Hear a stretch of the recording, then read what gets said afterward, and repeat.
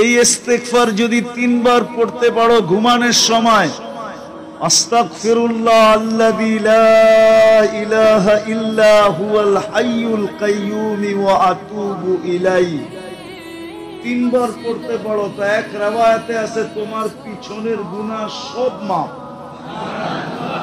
চাই ওটার মাত্রা যত হোক।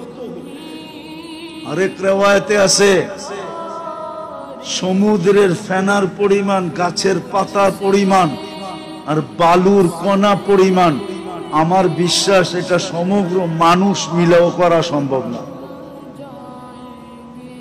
কি সিলেটের মানুষ, দুনিয়ায় যত গাছ আছে গাছের পাতা সমান, সিলেটের গাছ না, বাংলাদেশের গাছ না। এতটুকু গুণা তো সমগ্র সৃষ্টি মিলা করো সম্ভব কিনা আমি জানি না। সমুদ্রের ফেনা সমান, বালুর কণা সমান, যে 3 বার করবে মাফ।